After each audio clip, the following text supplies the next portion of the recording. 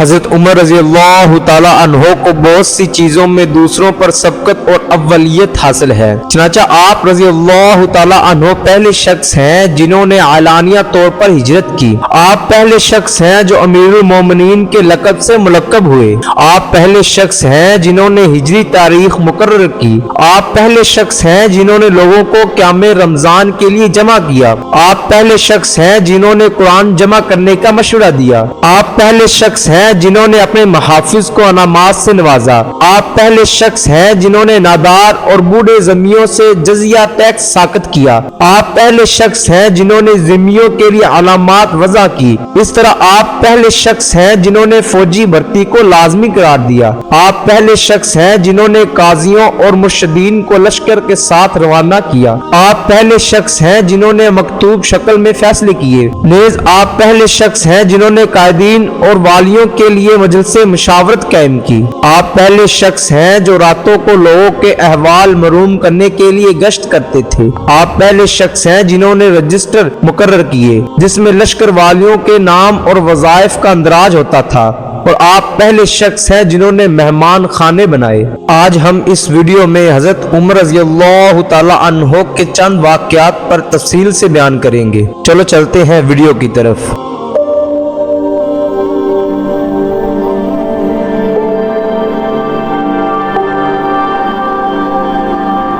آپ کا نام و کنیت ابو حفص عمر بن خطاب بن نفیل بن عبد العزا بن ریاح بن عبداللہ بن قرط بن رضا بن عدی بن کعب بن لوی بن غالب الکش العدوی ہے۔ آپ رضی اللہ تعالی عنہ امیر المومنین، دوسرے خلیفہ راشد، صاحب کرامات اور قائد فتوحات ہیں۔ اللہ نے آپ کے ذریعے اسلام کو قوت بخشی۔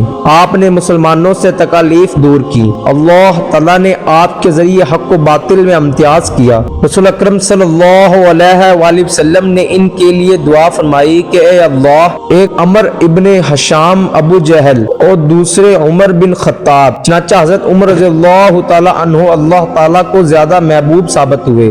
آپ رضی اللہ تعالی عنہ کے عظیم فضائل ہیں۔ نبی کریم صلی اللہ علیہ وآلہ وسلم نے فرمایا کہ اللہ جل شانہ نے حق بات کو عمر رضی اللہ تعالی عنہ کی زبان اور دل میں رکھ دیا ہے۔ حضور صلی اللہ علیہ وآلہ وسلم نے فرمایا کہ اگر میرے بعد کوئی پیغمبر ہوتا تو عمر ہوتا۔ نیز آپ نے فرمایا کہ میں شیاطین انس و جن کو دیکھ رہا ہوں کہ وہ عمر سے ڈر کر بھاگ کھڑے ہوتے ہیں۔ حضور اکرم صلی اللہ علیہ وآلہ وسلم نے فرمایا کہ تم سے پہلے لوگوں میں محدث ہوا کرتے تھے، اور اگر میری امت میں کوئی محدث ہے تو حضرت عمر رضی اللہ تعالی عنہ ہے۔ حضرت علی بن ابی طالب رضی اللہ تعالی عنہ نے فرمایا کہ ہمارے پیغمبر صلی اللہ علیہ وآلہ وسلم کے بعد اس امت کے بہترین شخص ابو بکر ہے، پھر عمر رضی اللہ تعالی عنہ ہے۔ حضرت عمر رضی اللہ تعالی عنہ اور بھوکے بچے کا بہت ہی مشہور واقعہ ہے جو ہم آج بیان کرتے ہیں۔ مدینہ منورہ میں نجار کے چند وفود آئے، ہر طرف ہنگامہ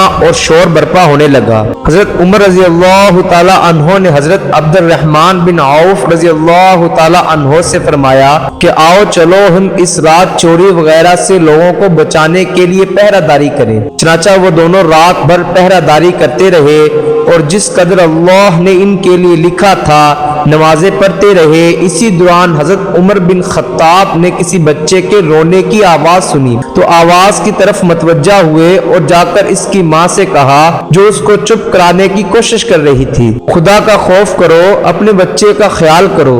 یہ کہہ کر اپنی جگہ واپس تشریف لے آئے۔ پھر تھوڑی دیر بعد بچے کے رونے کی آواز آئی تو دوبارہ اس کی ماں کے پاس گئے اور اسی طرح اس کو سمجھا کر واپس آ گئے۔ رات کے آخری حصے میں اس بچے کے رونے کی پھر آواز آئی تو حضرت عمر رضی اللہ تعالی عنہ اس بچے کی ماں کے پاس آئے اور سختی سے کہا کہ تیرا ناس ہو، لگتا ہے تم بری ماں ہو، کیا بات ہے کہ تمہارا یہ بچہ ساری رات بے چین رہا؟ ماں نے پریشانی اور بھوک کے عالم میں جواب دیا کہ اے اللہ کے بندے، تو نے مجھے آج کی رات پریشان کیا، میں اصل میں اس بچے کو دودھ چھڑانے کی مشق کرا رہی ہوں،